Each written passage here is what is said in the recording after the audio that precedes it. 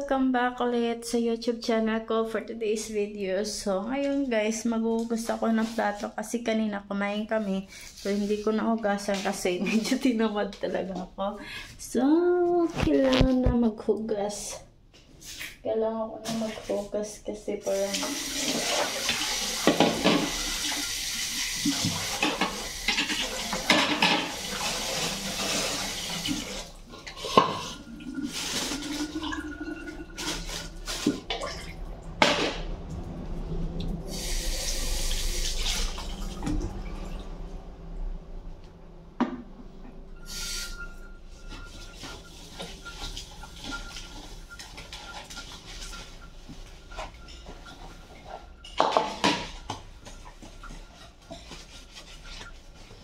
kailangan ko maghanap buhay ng maayos guys kasi para sa baby ko po, para sa aming dalawa.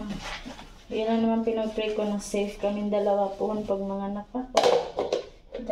Pray ko kay Lord.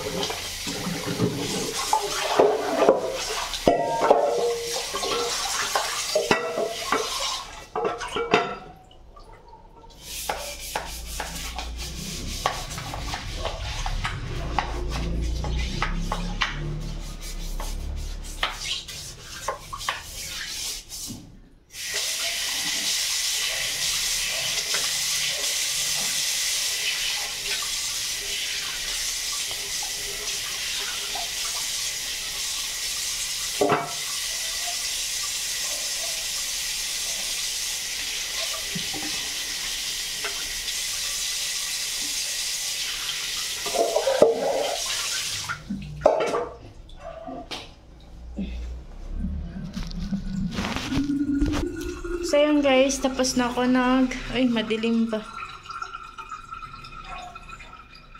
So tapos na ako naghugas guys. So namadilim ko kanina. So ayan, tapos ako naghugas.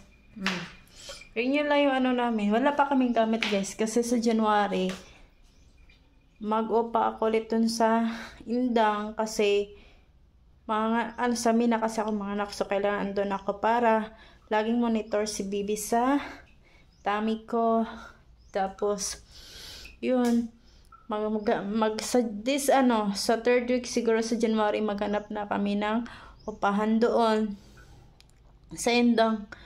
Kaya ganito lang kalaki, okay na kasi Steve, doon na kami titira sa upahan namin hanggang makaipon kami para sa sarili naming bahay puhon soon. Kalayaan sa Ginoo. Pray lang naman hanggang maging successful, diba? Kailan naman pinapray ko lagi kay Lord.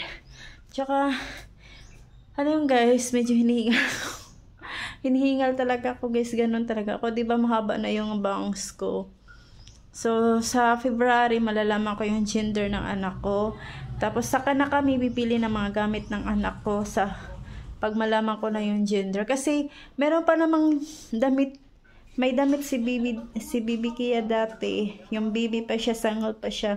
Andun tinago ko guys. Andun sa Indang. Tinago ko yung mga damit sa pang-baby. So, di ko na kailangan bumili ng mga damit sa newborn. Kasi meron ako dun dati kay Kia. So, ang bibiling ko na lang yung mga gamit niya. Yung mga didi. Basta ganun. Yung mga biberon niya. Mga pacifier. Mga ano niya, baby bath, ganon. Yun yung anuhin ko.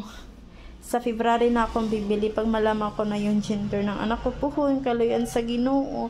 Yun lang naman talaga pinag-pray ko na na tawag nun na para sa anak ko. Ito na siya, baby bump. Yan. Diba? Buyag-buyag, payusog. So, ngayon guys, medyo nakakain na ako guys. Thank you Lord. Binigyan mo kami ng gift. sa Pasko. Ito na yun si baby. Pag babae is Maria Kizia Claire. Tapos pag lalaki, di ko pa alam. Kahit ano, basta healthy, kompleto, normal. Sa amin na bongbo. Yun lang talaga pinag-pray ko. Yun lang naman talaga kailangan natin. Tsaka hinihingal talaga ako. Pag nakahugas ako kunti, hinihingal na ako guys. Paano na kaya pag yung heartburn? Kasi nung nabuntis ako dati kay Bibi Kia, nagka-heartburn ako noon. Nahirapan ako huminga. Tapos nung siguro mga na yun, 9 months, 8 to 9 months, medyo di na masyado ako nagka-heartburn noon. So yun lang pinag-pray ko na safe kami dalawa ni Bibi sa panganganak ko. Yun yung pinag-pray ko kay Lord na importante sa akin, safe kami dalawa ni Bibi sa pagpanganak ko. Yun, tapos wala naman akong hinihiling eh. Basta bigay na ni Lord po ang buo sa amin. Nakakayak. Tsaka safe kami ni Baby po sa panganganak ko. Safe kami dalawa. Yun lang. Tsaka healthy siya, kompleto, normal.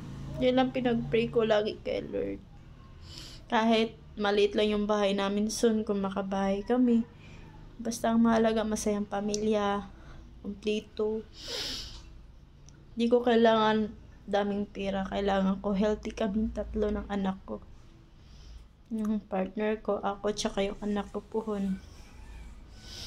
Yun lang kailangan talaga guys. Haalin mo yung pera kung di ka masaya, di ba? Yun yung ko. Yun yung lagi ko pinagpray na. Kahit maliit lang na bahay, Lord. Basta matawag namin sarili. Tsaka masarap kasi pag may sarili kang bahay, guys. Tsaka andyan yung makikita mo yung anak mo nagtakbo-takbo. Kasi kung di ko man nagawa dati kay Bibi Kia, di ko man na bigay lahat-lahat kay Bibi Kia kasi kinuha agad siya ni Lord. Babawi ako sa kapatid niya puhon. Ako maghalaga puhon sa kanya. Ingatan ko na siya. Yan lang guys, drama ako. Syempre, ayoko na ulit mawala ng anak. Kasi,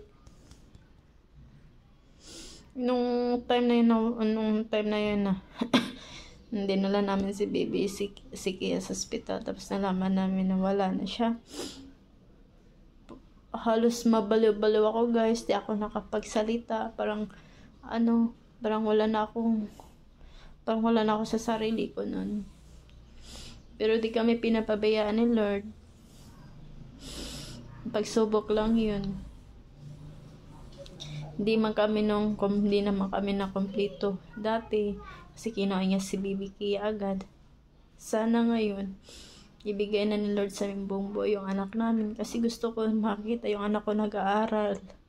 Kahit di kami mayaman, basta makikita ko yung anak ko nag-aaral. Nagdadalaga. Makatapos siya sa pag-aaral niya. Kahit anong gusto niyang kunin, ibibigay ko guys. Babawi ako sa anak ko. Ayun lang. Naiyak talaga ako guys. Promise.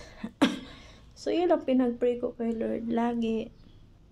So ayun guys, hanggang dito na lang yung vlog ko for today. And bye bye.